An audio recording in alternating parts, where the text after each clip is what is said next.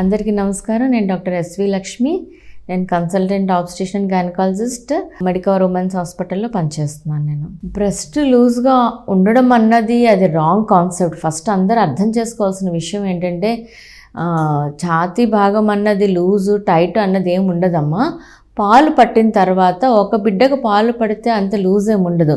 కంటిన్యూస్గా 2 పిల్లలకి పాలు పట్టినా లేకపోతే 3-4 బిడ్డలకి పాలు పట్టినప్పుడు ఛాతీ అన్నది ఆ బ్రెస్ట్ భాగం అన్నది ఒక బ్యాగ్ లాంటి అవయవం అనమాట.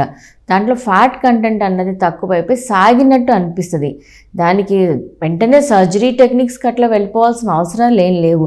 ముఖ్యంగా అలా వెళ్ళినప్పుడు మనము అది పెక్టోరలిస్ మజిల్ అంచి బ్రెస్ట్ సపోర్టింగ్ మజిల్ కింద చెస్ట్ల భాగంలో ఉంటుంది. దానికి ఉపయోగపడి అది స్ట్రెంగ్తన్ చేసుకోవాలన్నమాట. దాన్ని బలోపేతం చేసుకుంటే బ్రెస్ట్ అనేది కొంచెం ఎలివేట్ అయ్యి స్టిఫ్నెస్ అన్నది వస్తుందన్నమాట.